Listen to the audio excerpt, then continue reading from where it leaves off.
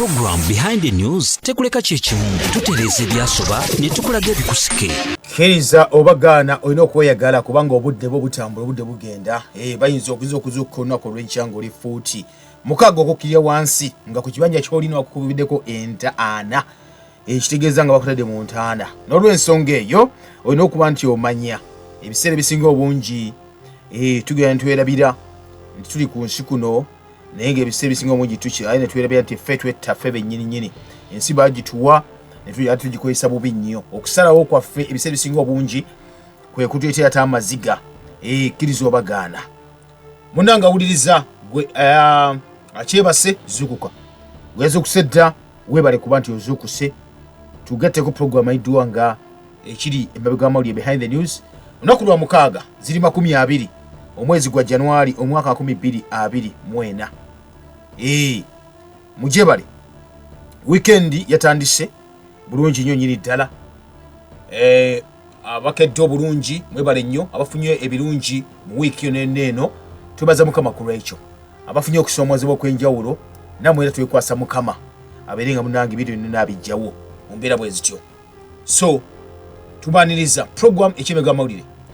webale ggwe nate maama taata azuukuse obudde buno ng'ebya ddala weekend etuuse oga n'okulya ku kanyama n'okulya ku nkoko naye ng'enkoko gy'ogenda okulya y'enkoko ennansi erundiddwa mu ngeri eya Katonda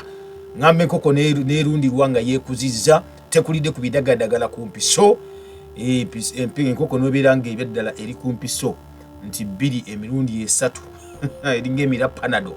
gwe n'ovaayo n'olanko okulya muganda wange olya butwa neggwa mawe bali taata maama kasobera nga mugenda kulya enkoko n'onoonya enkoko ennansi n'ogamba akantekemu kana akanana at least ekugumu 2 nyongera kanana gibayo emitwalo 2 ngule ku nkoko eya ddala abaana bawuta essupu nga bawuta essupu mu kintu kibali ya kinyinyini ekiramu webale nnyo bali eddala webale nnyo gwe taata maama nga naawe mulya ku greens omanyi tutambulira mu butwa buyitirivu nnyo tulya obutwa tunywa obutwa mu bintu binene bwe bityo so olina okuba nga ate munanga obujja mibiri gyaffe givaamu obutwa buvaamu butya wakyo bayita detoxifying your body obutwa okubujjamu ebiseera ebisinga obungi ekimu kwa ekisinga okujjamu obutwa bintu ebikaawa ate nga biri nabyo nakyo so kasobera nga munange osobola okulya ku bintu bwe bityo nolya ku nvendiirwa nolya ku jjobyo nolya ku nakati nolya ku butula buno bukatunkuma obutali buli obucupule ngamba bwennyinyi buli obukaawa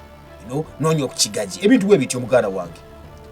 nobanga ejja kubanga munange otereera ensi ojja kubanga obulamu buzzaawo sometimes akalule kaffe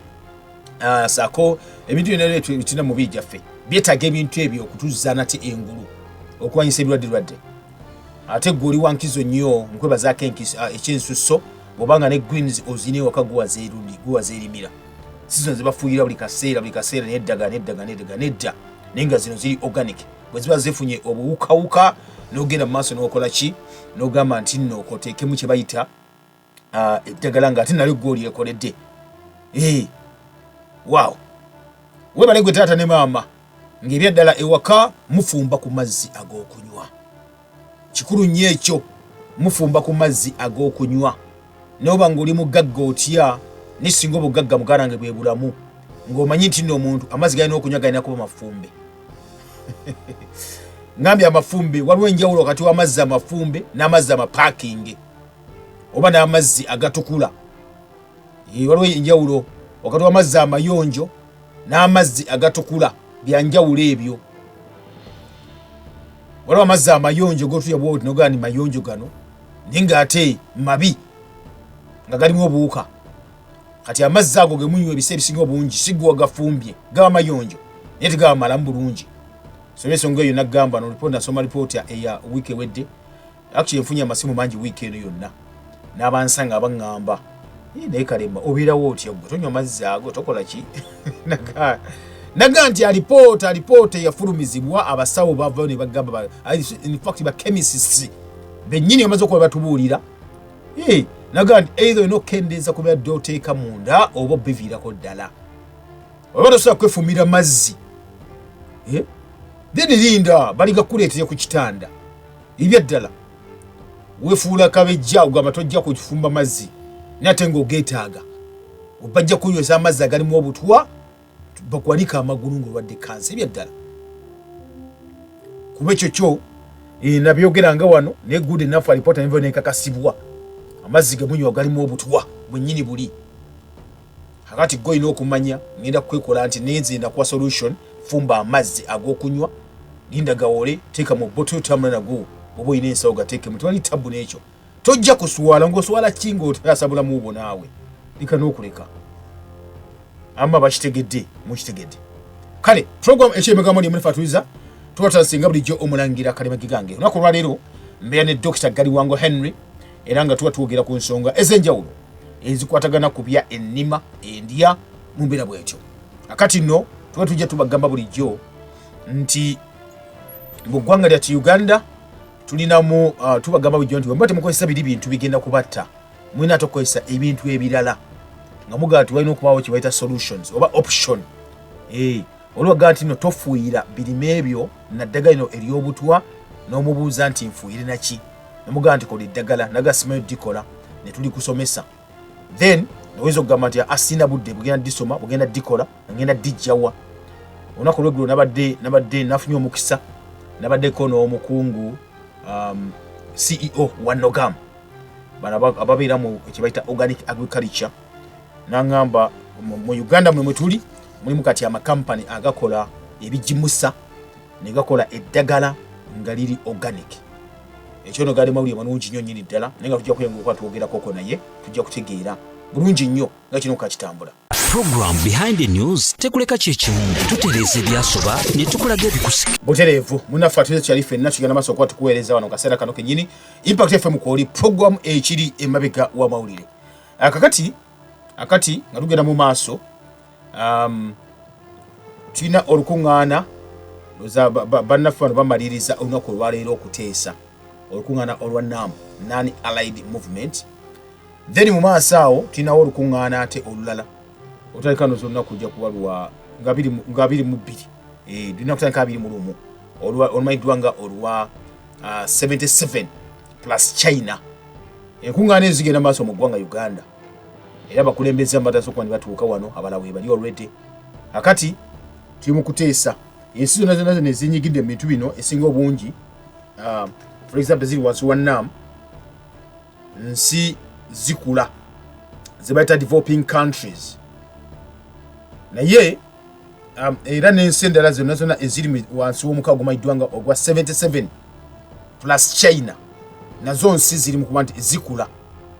ne of course waliwo China yekwatakawo negamba nti waliwo nate potential nengerawo akatale okuba nti abantu ntambula nabo bwe batyo kakati tuli mu kuteesa wano waffe Uganda ate waliwo n'abali mu tutueseza ife nga ensi zikyakula ife nga abamu bagamba mulimu ba useless eaters ife nga bagamba bino tukontrolinga ife bagamba balina resources ebyobugagga wabula nga sife tubi controlling bitwine benna ebyobugagga bitulina nga sife tubi controlling akati twabadde tubateesa wano waffe twalanka olukuŋŋaana olwa NAM Summit wali emunyonyo nga n'abasajja bano abagamba nti nno batupulaningira balina olukuŋŋaana lwabwe olugenda mu maaso wa buli mwaka nalwo lutandise nga 15 era lwawedde nga 19 olunaku olw'eggulo olumanyiddwa nga World Economic Forum balina ne annual meeting eyo era emwe babadde basizzeeko essira tujja byogerako mu maaso eyo maybe olyoka otegeere ensi bw'etambula ensi bw'eri ki kye bakulowooleza muganda ng'atuuliriza ki kye bakupulaningira igwe ali eyo nange oyinza okuba nti olowooza oli eyo kituufu oga nti byaggwadde Katonda ye antikola anateekawo ku nsi nampa buli ekyokuba nti munange nkiyagaliramu waliwo abatupulaningira okukikwatamuko okujja Katonda obuyinza muganda wange ekyabadde mu lukuŋŋaana luno badde boogera ku biseera eby'omu maaso ojja byogerako ekimu ku ezo agenda ebigendererwa ekigenda kya 2023 we gunaatuukira kinaaba ki ekigenda okuba nkibeerawo olukuŋŋaana lwa 54 we bagambye abasajja basinkanye bagamba balina okwekuba mu tooki balabe ebirowoozo ki ebipya balina baddemu okuzimba kye bayita okwesigaŋŋana n'enkolagana gye balina okulaba nti ebadde byasoomooza byonna biggwawo biki ebibasoomooza okukwata eggwanga lino ensi eno okuba nti eri mu ttaano zaabwe bayogedde ku bintu nga artificial intelligence. Nagamba oli nga artificial intelligence ge magezi ago agali artificial gayiyiza obuyiiya naga kakulowooleze kakole ki era akigenda mu maaso okwanja ekikutte kati akati mbisira bino ate nga gye tugenda eyo mu gye bayita digital migration ebyaddala ogenda kakasa nti nno abasajja batulina batwetoolodde tulina ogenda kubuukira jojuzi nabadde ni mukola ki nadde I think ni mukola ki nanengezaako ku renewing passport just renewing my passport not even renewing naye baatugamba passport zetwalina ffe enkadde zaggwako nyonkwane ziyali zirina kuggwako ne bagamba nti nno bazisazzaamu eyange ngeggwako nga 2025 nali mmanyi naye ne bagamba nti tezikyakola bazisazizzaamu tulina okuddamu okufuna passport empya akati passport empya okugifuna muganda wange buli kimu kiri digital kakati yeno gyegamba gyetugamba nti nno gyetugenda mu 2023 kiriza obagaana abasajja nagamba bapulaninga ebintu bino ne bafulumya programu yaabwe oba agenda bagifulumya nga ennaku z'omwezi lumu omwezi gwa kutaano omwaka 1776 nti we tunatuukira mu 2015 2015 nti ebitundu 5 ku 100 ku nsi yonna ejja kuba nga egenze digital nga basobola okuba bakontrolinga at least ebitundu 5 ku 100 kati tugenda mu 2025 tuli mu 2024 kati wetwogerera kati already balina at least ebitundu nga bwibyo era wabatannawo kwanga batuuka bali mu kuba tibakola kibayita kasaayirire badduka speed mpitirivu nnyo such that abantu mwenna mugenda kukibayita digital nagamba nti nno it is easy oba kyangu nnyo okukontrolinga okutambuliza otambulira ku remote ng'olinga roboti nga bw'okwata TV yo n'okwata remote n'ogamba nti kajja kulaba channel gu n'okyusa TV tejja kayana tejja kola ki n'yongeza eddoboozi oba n'olisa nakati abasajja bano abatudde okungana olwadde olunaku olw'eggulu bali mu kuplaninga bagenda kyongeramu batya batuusewa muganda nga singa gendera mundu ojja kukaaba nisaa kutiisa nnyo kuba tugenda kubogera ku programu ya ndala nnyo seeno ne just kubira ekifaananyi nti nno just passport renewal okuva ku kibayita okusasula sente za application ez'okuddamu okurenewinga olina okuba nga ofunye kibayita bakiyita batya I think payment system eri digital payment system eyo olina okugenda n'okola ki olina ogigeneratinga ne bakiyita batya ne URA URA neko kibayita PRN so that is your PRN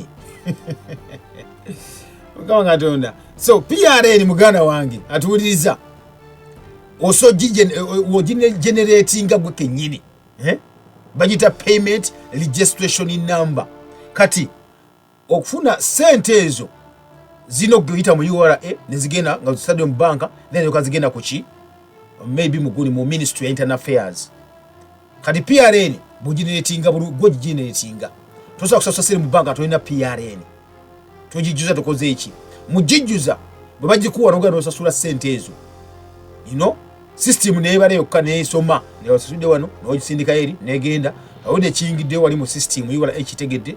and payment nayo gyokoze n'ogino likola ng'oyikoze naki balina ogitemako omusolo balina ogimanya eyo ngeri emu eyo controllinga ekyokubiri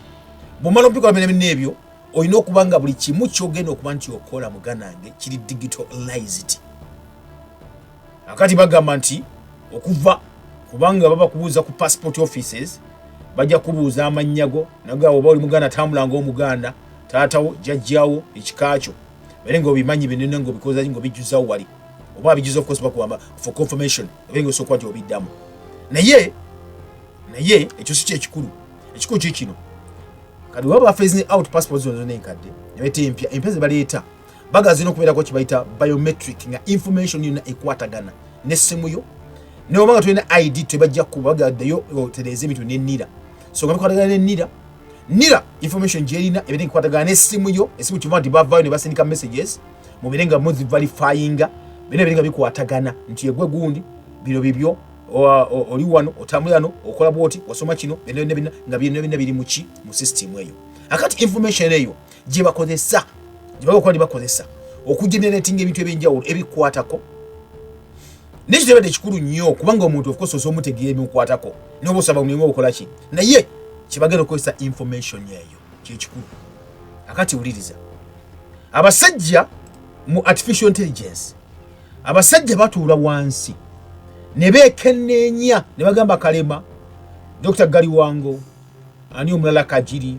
ne bagamba nti okay bano yone yasoma kino akola kino atambulira omusayi gwe kikabo ekiti ne bakuyiiza ne bagamba omuntu ono yeeyisa atya embeera eziri zitya ne bakusomako ekika ky'omusayi gwo ne bakusomako buli kimu ekikwatako ne balaba ne record zo ebise ebisinga obungi kuba n'ebyezeddwaliro zijja kuba zikweziri ne baziraba then nosobola ne bagamba tugenda kugeneratinga kati engeri ey'okudiringamu n'omuntu ow'ekika kino omusayi waba alina A+ yeeyisa atya kyenagamba kino kino baasoma dde obwongo bw'abantu naba bakyalina busoma kati obudde buno waliwo okay kambatisemu kimu waliwo kati obudde buno laboratories ng'omulimu gwazo bagenda ku studying ekibaita genomes of course bali bakyanika dda DNA bazalika dozisoma zonna ez'abantu abenjero kuva kusema ku nsi yonna ne kati bagenda into detail bagafulumya reporter egenda okubanga emu kwezo kwa agenda ya 2023 erina okubanga bamanyi for example banga oli wava mu Africa bakuzaalidde notamadda olina DNA ekikaaki weeyisa olowooza otya kyekikujjako kyekikusanyusa kyekikusunguwaza kyekikola ki akati information eyo bagifuna bappa ne bagiteeka wali then olegenda kukolera program kogenda okutambulira nga tomanyi kumanya ng'olinga zolo yawo nga ebyadda otambulira ku remote nga robot weebeera yennyini nagamba nti nno byatandika document bikolebwa nga bafuna information data nga bateekawo kibayita big brother Africa, big brother UK, big brother America ne bafuna abavubuka abasajja mu nsi yonna ne bateeka mu nnyumba emu wamu n'abakazi ne bakumontalinga ne bateekako kamera ne bakumontalinga okola ki nga buli kimu bakiwandiika wansi ozuuka ssawa mmeka osootya omusayi gwo guli gutya onywa ki olya ki oba ogidde kino obeera otya ne bakuteeka mu nnyumba naga nti beeramu emyezi 3 anaawangula tujjamu $10,000 egya $. So oba $20,000 kati bw'olaba ssente ez'obwerere bwe zityo nogaa tugenda kukola tutya ne bijja babiwa ne channel ku TV abantu ne musiba nemulaba naye ate mmanyi babategeeza information bagikopa bagiwandiika wali egenda bayambako okutuprogramminga tuli ffenna ensinga bweri gye nti okuŋŋaana wadde olunaku lwaggulu naye ebyafulumiziddwa nja kuba mbikuba ojja kuba bitegeera mpola otegeere wa gye tugenda sasa tunatukira mu 2023 nga teweeraliikirira nnyo nga abasajja bakulina obadde okimanyi nti nno n'ekika ky'omusaayi bakitwani bamanyi ekika kyo ky'omusaayi olyasobola okukola obulwadde ng'amanyi nti obulwadde bunakwatako omuntu bwe buti bujja mumuteeka wansi oba kale ajja kulwala bwati then ajja kukozesa ddagala bwe riti then tuleke katale kati wabanga omulete omukwalidde obuwuka n'omukwalidde eddagala obeera omulina seeri zalina zonna ojja kuba ozimanyi ensaasaanya ennyingiza nga tomulina nga toli Katonda ng'omwana w'omuntu. Program Behind the News tekuleka kyekimu tutereeza ebyasoba ne tukulaga ebikusike. Okay, tukyali fm afa tuwuliriza oli ku Impact FM radio Lwasa Mayinja. Yes, program ekiri mega mawulire Dr. Galiwango buuza kwatuliza ssebo abali ku Impact FM radio Lwasa Mayinja. Abatuliza mukama waffe bazibwe tubaza mukama wakuumi tumwebaza olw'ebirungi byatukoledde nkuwuliddeawo ng'otandika n'ogamba nti abafunye ebirungi twebaza mukama abafunye ebibi tusaba mukama abikyuse naye awamu twetereeze kigambo ekyo kibi nnyo mu nsonyi ekyenjogedde abafunye ebibi twetereeze anti nze ngamba twetereeza mu nkola zaffe ffe ze twogerako wiiki eno tubadde basanyufu nga bannakampala waliwo omukungu yatugamba museeke nebaza mukama wiiki eno yonna mbadde mu Kampala nange mbadde musanyufu nga nkulesa ebiri ku mutima naye nga oli bwansanga mujje bali hano tuli bulungi olw'abagenyi okulaba nti n'abafumbo olusobola bagenze mu public they are good friends naye bayingira ennyumba nga bwe masako feesi ebanja ebyo nno naye twebaza mukama mu byonna weewaawo mwebale kuweereza amina munnange omanyi abantu baffe gye bali eyo bawuliriza waliwo omulungi atuwuliriza Dr. Galiwango ono lecturer oba musomesa asomesa abasomesa obulimi ku ssettendekero erya Makerere University. Kakati wetwogera sometimes ku by'obulimi ku by'emmere abeera ku wankizo nnyo. Recently oba wiiki ino tutandika wiiki eno yennyini bannaffe aba ebitundu byeri mu mambuka Eastern Region ne basaako ne bagenda mu pati ya Kenya bafuna enkuba nga nzirugavu. Ne batya ne bagala kikyo ne balembeka amazzi nga maddugavu. Nange video bakansindikirako wano abeeyo ebigamba nti yoke tujja byogerako tulabe enkuba eno eva ku ki abantu baffe biraliikiridde. Webale nnyo ssebo abantu baffe abaddugavu nga nange mwendi buli kibi tukikwasa Katonda. Buli kibi tugala nno Mukama tutaase oluusi bw'ayagadde n'omuntu eyafudde nga yabadde anywa omwenge n'avuga emmotoka Mukama bwe yayagadde ekirungi tukiwa Katonda n'ekibi tukiwa Katonda. Batugamba nti obuliri bw'obwala bw'olina okubwebakamu bw'oyala obuliri bw'obwo bwaze nga bukulumbavu buumire okusula ng'okunadde nga lumonde ku kikata buba bwaze bwoti. Engeri gye tukuttemu ensi yaffe era yeviiramu engeri gye tulabamu ebyerabizze ebibambulira. Tekinologi mulungi bye tukozesa ku nsi bitusanyusa naye ate oluusi twerabira ebinaabivaamu. Enkuba eya bbulaaka oyinza okwewuunya nti amazzi ge tumanyi nti amazzi meeru oba kale tegalina kalalese naye ate ogenda okulembeka mu bbaafu mu pipa ngusanze amazzi galinganga enziro y'esepiti oluusi otyamuko. Actually nali ndaba yali monitor ndowooza w'oku Mande nga bagamba banno bamukama twamukoze eki nedda bantu bano bawayiriza nnyo Katonda tewali kye twamukoze wabula yeffe abeereetedde ekyo. Waliwo kiri mu kitabo ky'omubuulizi nti Muluzungu bagamba nti we are fearfully and wonderfully made naye nti ffe abeekyusakyusizza ensi eno baagitukwasanga nnungi naye engeri gye tugiddukanyamu sijja gamba nti tubikola olw'okuba tuba tetweyagaliza tuba twagala okutta ensi yaffe naye engeri gye twali gikuttemu emiti gituyamba nnyo mu kusengejja ebintu ebingi naye olusinga abasinga tugisaayesaaye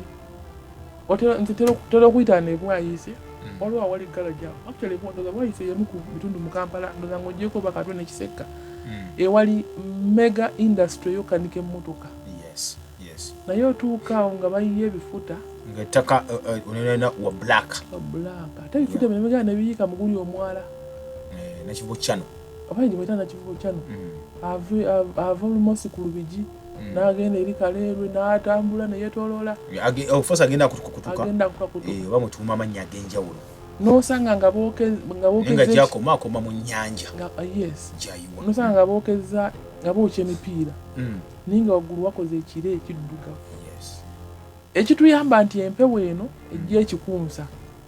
n'ekitwala awalala kigenda nga kisaabulukuka naye kati ekyo ekire ekyavuddemu enkuba eyo ey'ebusiya obukosi muka gwazze bwekwatakwata bifactory ebirinaanidde awo of course Kenya is a giant. East Africa, Kenya is a giant in the factory. So omuka guli kirowoozebwa nti wazze gwekuŋŋaanya ne gusibira abantu wamu ne gukola amazzi ne gutonnya wansi Sabantu baawo kati ogwo omukka gye gwavudde n'ebikubaddemu byatonye mu ttaka ly'abantu mu ttaka ly'abantu kati kitegeeza olunaku lumu gye tujja kwajjukira ekibeera mu ttaka ekirime kye kisikambula kyekitakozesa nekikitereka awantu tebasidikirwa eyo kati kaakati factory zaffe zifulumya ebikka bingi nekugamba wano bwogenda wano wansi ewa mukwano omukka gusula guvuuka mu bbanga bwogenda wali nagamba embalala mukono omukka gubeera mu bbanga oyita bwekiro ng'osika ne wano wansi waniukunga ku pepisi wano nakawa nogera ina mambe waliwo ekyuma ekikola ebisepiti kya bashumaka yes oyita waawo nga ebisepiti biwunya naye ng'ekikka kiti ekigenda mu bbanga kati mukama akyayambi wano mu Kampala nti omukka ogugenda mu bbanga empewo egukunsa negutwala samuweya enkuba netonya naye nga gujja bulukuse olunaku lumu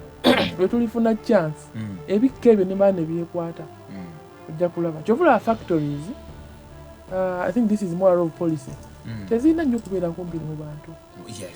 tezirina kubeera n'amateeko de weegali factory tezirina kubeera kumpi n'abantu naye tuuke Kawempe tuuke Nalukolongo tuuke Nateete factory eri mabega w'abantu basula ate n'abantu bawulira bulungi nga factory bali kumpi omanyi lwaki factories zibeeramu kye bayita damage abantu baffe baagala nnyo damage bakola migaati negumenyeka obwo bufulumaawo nze laba mbwoli Kawempe waliwo factory awo ekola toilet paper naye damage bamujjayo ne bamuteekaawo ku luguudo awo ku ttaano kati bayitawo bakulu waliwo gundi oba rubi bagita babiteekaawo olwo wano ku tafomu kati yavaawo wanebwayo kati batekawo bwayise business park ewajja and actually sinawokawoka buli awali emifaliso kati gulooza bano abaana bakola entebe emifaliso bagijjamu damage oyo abeera damage omufaliso nogenda mu kyuma nekirema okukola ensonda eziri sharpu eyo eba damage kati abantu babyagala ebyo babeera okumanufacture babyagala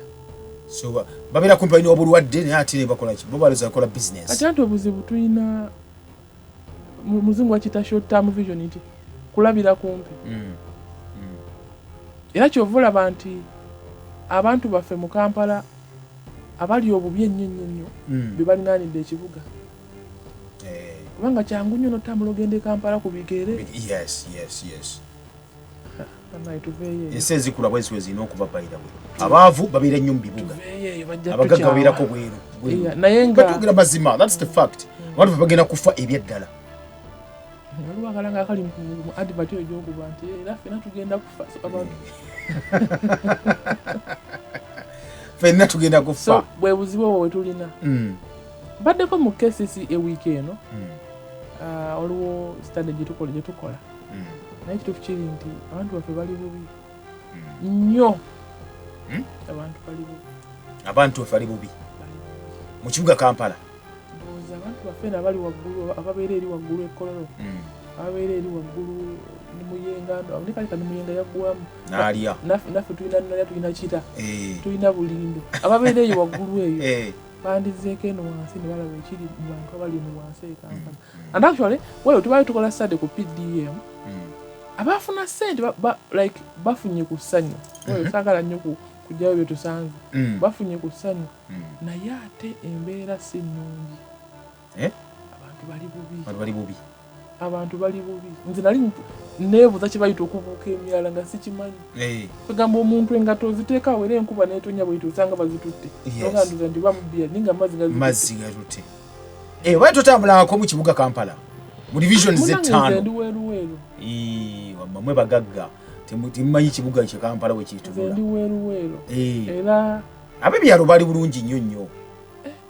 Kampala yoyo ali bubi abantu bali bubi era ndowooza n'omusajja ono kwe yavudduga bannange museeko kasimayiro wadde embeera mbi ensi bwetyo bweri wetambula ndowooza byebyo so yensi yaffe eyo bonnaffe atuliza tukyali tugenda maaso okuba tukuweereza tuli wano ku Impact FM program ekiri emabega amawulire ebigenda maaso mu nsi yaffe mu ggwanga lyattu ababiraba kakati sometimes omanyi waliwo bannaffe bambi ab'omu byalo mu byalo banza okuba nti bakimanya kimanya balabula byenkuba kutonyanga ya black factory ziri eno waliwo kye bayita carbon sequencing oba carbon trade wano baŋŋamba abantu baffe actually mugundi one of my environment class nga tukyasoma ebiseera biri nga Uganda eri member ey'emu nsi ezirina okuba nga zifuna kasente nti ensi we zikola ne zifulumya ebikaka eyo ensi efulumya ebikaka ennyo zi China za America zirina otusasulayo kasente ne bajja bakasasula ffe abasimba emiti kubanga emiti egyo gyegiri mu kunywa gyegirina okunywa ebikaka ebyo ne kati ab'omu byalo oyinza okwesanga emiti baagitema babonaabona tebamanyi lwaki babonaabona balina kukola kikati ab'omu byalo abo abalimi baffe singa ofuna chance n'otambulako ekiro ndi ntera nnyo otambula ekiro naddala nempita mu ddungu eri Nakasongola awo bana Kasongola atandikira newaffe eruwere Kakooge n'obuvuga paka ku Kafu naye bw'oyita mu Nakasongola newezibeera saa 2 ez'ekiro ky'owulira mu kkolansi ng'otambula gabeera lusu lw'amanda oba akawoowo k'amanda ge bali mu kwokya bali mu kwokya manda simanyi bali tugenda kwogera nnyo ku politics naye nga ki ekiviirako ekyo nti abantu bano tebalina nkola ndala za kufunamu bibabeezaawo mu luzungu bakiyita alternative sources of livelihood nga bave ku manda agenda kukozesa ki actually bo tebagakozesa naye eno e Kampala kati byetoololera ku bintu bingi nti ate ali e Kampala tasobola masannyalaze ga bbeeyi kati kitegeeza alina okusa pressure ku muntu weruweru we Nakasongola tema amanda leeta nkuwa kasente nze mbeerewo nze nfumbe niwena banfumbye emberenge nze nebake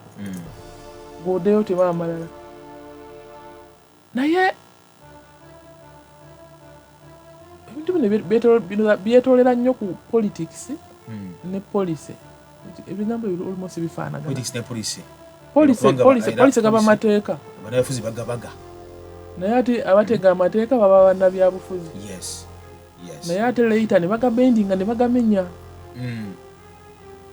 nze ngamba mu bitongole ebirina okufuna ssente mu Uganda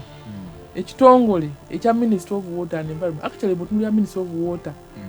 and Environment bwetunulira ku ssente niziba nga zingire buyingizi mu ggwanga oba projects oba loan Ministry of Water, Ministry of Health zezimu kuzisinga okufuna mu Uganda loan okufuna loan ez'okuddaabulula eggwanga okuliddaabula ku mukugundi egyo libadde Ministry of Water and Environment kubanga ebibira biri under Ministry of Water and Environment kati department ekola ku byebibira oba kale authority ginandiyise National Forest Authority ginandigambye nti zezimu mu kulabirira obulamu bw'abantu National Forest Authority eyandisinze okufuna ssente ku breedinga baaluze emiti gino bagiwa abalimi kubanga eriyo abalimi at least abanga lusimba emiti kale egezezzaako kubanga olaba ebibira bingi nnyo ebiri mu Uganda bwobanga ogenda Emitiyana ogenda Mwende paka Port Photo ebibira bingi nnyo nnyo nebwogenda byakalitunsi kati bwe buzibu obwo kubanga nabadde gamba natambula yonna nga ndaba payini na kalitunsi kati vision kati okulaba okwolesebwa kwabwe kubagamba nti emiti egisingayo okukula amangu gisobola okuzimba ne gizibiikiriza kalitunsi kwe kwolesebwa kuba kalitunsi myaka 2 abatandise okukola ekibira kwe kwolesebwa kwabwe naye tulina giri emiti emirala emiti gyaffe bagita ginnansangwa egisobola okubeerawo ebbanga nebbanga musizi muvule ne bagibeera mituba n'omugavu ebintu ebyo twandibali tubisaako nnyo essira kuba kalitunsi ono nze ndi mulimi naye kalitunsi w'omusimbi endowooza olimirawo ndoza myaka nga 2 mu maaso omwaka ogwokusatu tuba tekyasobola kulimirawo bw'omusimba wakalu wajja kukalira ddala anywa bw'omusimba mu lutobazi amazzi gajja kusenguka kati byebibi ebiri ku buti obukalitunsi ate payini ye si mulungi naddala ku biwuka nga enjuki si mulungi kubanga manyi enjuki yeeronda enjuki gulinga musota enjuki eyo kasita ewulira akawo akaginyiiziza tesobola kudda nkitegeeza n'emiti egirinaanyeewaawo oba n'ebimera ebiriwo tebisobola kufuna kuwakisibwa obanga enjuki yeyambako mu kuwakisa ebimera. So essira National Forest Authority egisse mu kubunyisa emiti emirala. Bwogenda mu Eastern Uganda ne mu Northern Uganda waliwo ekitongole ekyabawa enkooge bagita tamarind, muti gwa fe tuguyita leguminous kuba guzza obugimu mu ttaka nga bulaba omugavu ya mugavu. Baagaba emiti egyo era gibayamba nnyo ng'oggyeko okugulya gubayamba n'okuzzaawo ettaka emiti gy'enkooge. So ebyalo byaffe ebitemeddwamu emiti byandibadde bifuna ku sapooti eyo. Babawo ensigo ez'obwereere bajja zisimba. Kale nawe omuntu sekinnoomu naye kikwatako tolinda ate bulizi gavumenti kuba gavumenti erijja ddi oyiga gavumenti nindejje maybe mu campaign teri agaba muti campaign zibeerawo mulundi gumu mu myaka 5 naye teri agaba muti mwattu babagala seri ya sabbuuni kati abantu baffe kyebayita okwagala ebiri okumpi kizibu nnyo omuntu kugaa nti leta project bweti wabula ye bwayita mu kino ayisambu sukaali enkeera bajja mu wakalu mubonebone for the next 5 years. Lwaki onjogeza ebifuzi olwaleero basimanyi edda yo si byabufuzi naye byabuntu bya bulijjo kubanga besi yagamba nti oba tolimbya byabufuzi yagamba baka ekikyamu naye tugamba kubanga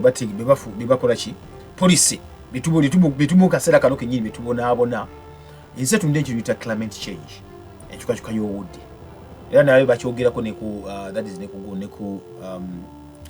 economic forum nga bakyogerako wali economic forum ekikwasaganya enkyukakyuka y'obudde buli omu akisimbyeko essira nti basajja bavaayo ne bagamba nti no kituufu ffe ne bewaana bonoonye kibayita obutonde bw'ensi naye bali awo kale bagamba tugenda kukola tutya okuba tubikyusa naye ng'abamu bakikola kagenderere. Of course kagenderere kuba tugenda mu mbeera eri bakikola kagenderere bakikola kagenderere mubeere vulnerable kitegeeza nti wanga kateyamba yes owanike emikono ndi bannange sikyeyinza bakuletera obuyambi obuliko obukwakulizo gwe toteesa bo be bakuteeseza batondawo ekizibu ne baleeta ekyokuddamu ne bafundinga research ne bakinonyerezaako ne bazuula ekyokuddamu bo bennyini era ne bakikuleetera n'okuba engalo obanga omugagga ow'okukyalo najja n'aleeta embeera nga abantu bonna batunuuliddeyo nga kyekyokuldamu naye ng'ate embeera yagiyita ku kyalo naye nga kyekyokuldamu bwe buddukiro tayimu netuuka nga yalina okuba olukiiko yabayita yabateeseza yateesa nemukuba engalo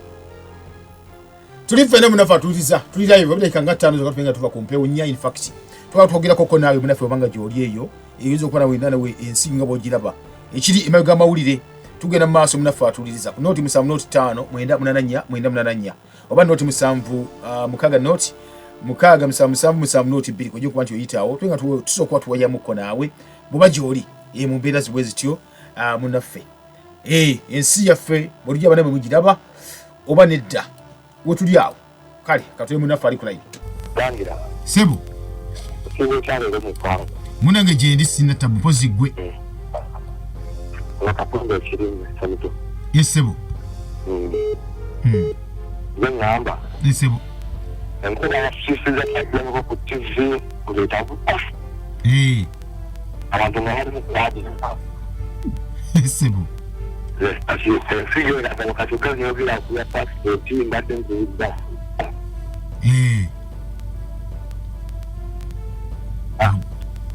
okay era tukontrolinga baga tukontrolinga kiriza obagaana webale nnyo bali eddala eyo konto eyo baba temujja jijira okugyewala kale impact kwoli wanji mulangira webale kuweereza webale kuwuliriza ssebo nosekanja kali wano gangu ssebo twagala musomesa oyo musawo ayongere okutusomesaako tufuuyidde tutya ebibala twewala ebidagaladagala. Ekyokubiri abantu obasomeseza niffe twebaza Katonda kubanga tuyiga. Naye abantu abasinga ne bamunyonyola ku ky'amazzi kye twasomako luli takikkiriza. Era abantu ffeno be tusomesa ne tubanyonyola ku ky'otuyigiriza bagamba bugambi bwe bafadda tewakyalina kyakkola kati kabagende mu maaso beeyongere kufa. Naye ffe twebaza kubanga otukoze bulungi era Mukama ayongere okukukuuma kubanga omulimu gw'oliko munene gukosa ebitundu ebisinga n'amakampuni. Tubali kuweereza naye batwongere ku ddagala ly'ebitooke ly'ebibala greens bye twerimira. Beera bulungi. Munaffe bati wagambye ye we bali kusiima kale impact woli kale mamwe bali kuweereza we bali kuuliza ssebo ono Francis Enkono. Sasa okuwulira wana Francis nze nsiimanye empeereza yammwe kubanga mutulabudde nnyo naye ekyamazima ffe abaganye okutegeera kubanga nzijukira emabega ddala batusomesako ku bintu by'emirongooti egyo okubeera wakati mu bantu naye kati osanga omulongooti nga guli mu lujja lwennyini olw'omuntu era ye ng'akisanyukiramu omulongooti okubeera mu maaso so nga tuwulira ensi ezaakola emirongooti balina ekitundu kye baagiwanninga onoga nti Masaka sigeragenza ku wange gyenva naye bwe batyo nga terina bantu naye kati kampuni nga bwayogedde nzayogedde ku kyembalala wano tulinaanyeewo kyamazima amakolero gasusse naye nga yonna bivudde ku kukuumira abantu mu bwavu ne gavumenti obutayagala bantu baayo nesalawo okuwa abayindi n'abachina buli lutobazi baluteeke mu kampuni. tuyanzege by the way entobazi ziweddewo ebyaddala tuziraba wangi omulangira wangi munange ebale kuweereza ssebo we bali kuliza taata yeebazibwe Yesu amina ssebo mwasimutyano tuli bulungi simanyi empeerezaayo ne dokita weewaawo tumulangira sibaddeko bulungi simanyi oba kino mukyogeddeko twawuliddeko ku nkuba ya black tuyogeddeko ogyogeddeko ssebo nga ngisubidde okumanya bwe kyavudde kiva kuzina entalo ki butonde bwansi kubonoona omusajja kyayogeddeko ekyamazzi abantu nabo bannyonnyola nze nalikoodinga naye waliwo ne mbakubira kati oli yaganywedde jjo nga nakamukubidde ne bamugamba munyagwa yaggambye oliwaga amazzi n'agamba ate oba ennyonta ennuma kati nze nkole ki manshi tugenda mukalangira abantu nabo basomesa tebayiga naye abayiga bayige twewale bye tusobola okwewala webale buweereza tuyanziza dokita obiwulira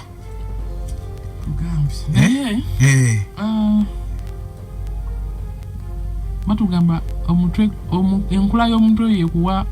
ensanirira yaagwo nazze nga tulina kwogera ku bintu birala naye ate tumaliriza twogedde ku kintu ekyo nga tolmost twogedde ku butonde bwansi abantu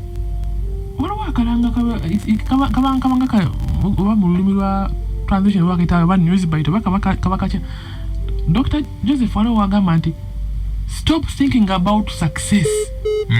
I don't know how it even plays. Stop thinking about success.